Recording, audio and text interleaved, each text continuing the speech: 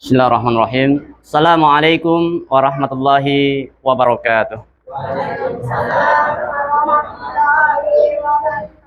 Alhamdulillah wa syukurillah wa la haula wa la quwata illa billah. Rabbi shrah li sadri wa yassir li amri wahlul 'uqdatam min lisani yafqahu qawli, amma ba'd.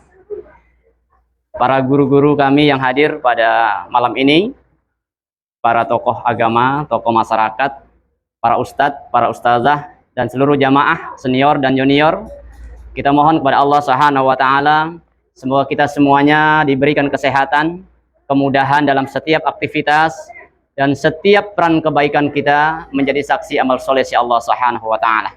Salawat dan salam untuk Nabi yang mulia Nabi Muhammad sallallahu alaihi wasallam beserta keluarganya dan para sahabatnya, dan mengikuti ajarannya istiqomah di jalannya sampai datangnya yaumul qiyamah. Allahumma sholli wa sallim ala Muhammadin wa ala ali Muhammad. Bapak, ibu-ibu, izin untuk berbagi ilmu. Bapak dan ibu-ibu, kita ambil sebuah tema, jangan sia-siakan waktu. Jelas judulnya, Bapak dan Ibu? Siapa di sini yang masih merasa usianya baru 20 tahun? Nah, nggak ada, kecuali anak-anak ya. Kan ada orang tua yang dia udah 60 tahun, masih terasa 20 tahun. Paham maksudnya? Tua badannya, fisiknya tua, namun semangatnya semangat muda. Bapak Ibu yang berbahagia, Allah Subhanahu wa taala mengingatkan kepada kita melalui Rasul yang mulia Nabi Muhammad sallallahu alaihi wasallam, "Awwalam nu'amirukum ma yatazakkaru fi man tazakkara wa ja'akumun nadhir. Fadzuku famali zalim na minan nasir." Kata Allah Subhanahu wa taala, bukankah kami, kata Allah Subhanahu wa taala, telah memanjangkan umur untuk dapat berfikir bagi orang-orang yang mau berfikir. Padahal datang kepadamu peringatan, maka rasakanlah bagian dari azab kami, kata Allah. Dan bagi orang-orang zalim tidak ada seorang penolongnya. Maksudnya begini Bapak dan Ibu, Allah Subhanahu wa taala sudah memberikan kesempatan kepada kita mulai usia dini itu, usia berapa itu? Balita, lalu menginjak usia remaja sampai dewasa, sekarang sudah tua, itu ada kesempatan kita berpikir. Umur 40 ke belakang itu apa yang sudah kita lakukan? Nah, kalau sekarang sudah 40 tahun, apa yang akan kita pikirkan lagi? Apakah mau ke belakang lagi atau mau ke depan lagi? Kebiasaan-kebiasaan yang tidak baik yang pernah kita lakukan usia 40 ke belakang, lupakan.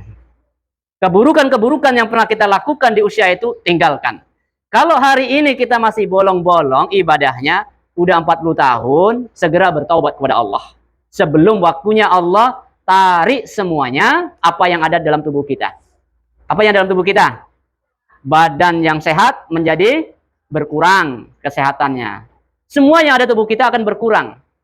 Apakah telinga kita, mata kita, semuanya itu akan berkurang. Nah, kalau sudah seperti itu, kita disuruh berpikir. Tambah ubannya sudah beruban belum? Atau masih klimis? Oh, masih klimis. Belum beruban, masih muda namanya. Masih muda. Uban itu menandakan tanda. Tanda apa? Bahwa kita sudah tua, bahwa kita sudah dekat dengan. Iya, tahu kan. Jawab sendiri lah. Kata Rasulullah sallallahu alaihi wasallam, "Min husni islami mar'i tarku ma la ya'ni." Di antara kebaikan Islam, kalau kita ini dikatakan orang-orang yang baik, seseorang itu meninggalkan yang tidak bermanfaat. Nah, jadi yang bermanfaat lagi. Kemudian diingatkan oleh Al-Imam Ibnu Qayyim Al-Jauziyah, dia mengingatkan idha'atul waqti as-sudu minal maut li aida'ah waqti taqta'uka anillah wa daril akhirah wal mauti yafqa'uka anil dunya wa ahliha. Menyanyiakan waktu lebih berbahaya daripada kematian. Nah, menyanyiakan waktu lebih berbahaya dari kematian. Karena menyanyiakan waktu itu akan memutuskanmu dari Allah dan negeri akhirat. Sedangkan kematian hanya memutuskan dirimu dari dunia dan penduduknya. Dalam kitab Al-Fawaid pada halaman ke-44. Nih Bu, kalau mati itu berarti kita hanya memutuskan diri kita dengan dunia dan penduduk sekitar kita. Namun kalau nyanyikan waktu, kita akan terputus hubungan kita dengan Allah Subhanahu wa taala. Karena waktu tidak kita manfaatkan. Di akhir penyampaian ini ada yang perlu kita ingatkan. Tidak semuanya kepada yang muda dan tidak semuanya kepada yang tua. Sebahagian pikiran anak muda ataupun sebahagian yang merasa sudah tua ataupun yang berumur usia 40, sebahagian apa yang terdapat dalam pikirannya? Hidup tanpa tujuan dan cita-cita. Jadi kalau hidup tanpa tujuan dan cita-cita, tentu kita tidak ada keinginan. Kalau orang tua berpikir otomatis bagaimana anaknya esok lebih baik. Nah, itu namanya ada tujuan dari hidupnya, beribadah kepada Allah, dan juga ada cita-citanya dia untuk anaknya lebih baik. Yang kedua, hidup hanya ingin bergaul. Kan ada tuh sebagian sibuk ilir mudik, pemuda-pemudi hanya bergaul saja. Nggak memikirkan esok apa yang terjadi. Hidup hanya ingin mencari pacar. Tahu pacar? Sibuk sana sini, posting sana, posting sini. Kalau sudah saatnya, temui papa maminya. Mama, papi, aku udah siap untuk ke kantor. Kuah. Insya Allah, orang tua kita sudah memberikan yang terbaik melalui doanya. Kalau perlu minta sama dia siapa yang akan jadi pendampingku.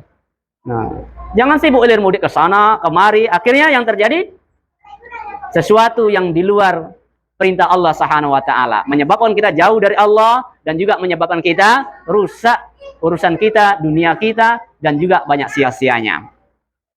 Kemudian hidup hanya ingin memuaskan diri. Semuanya makanan masuk tanpa dikontrol. Tidak peduli ini dan itu, semuanya kita lakukan hanya untuk kepuasan sementara.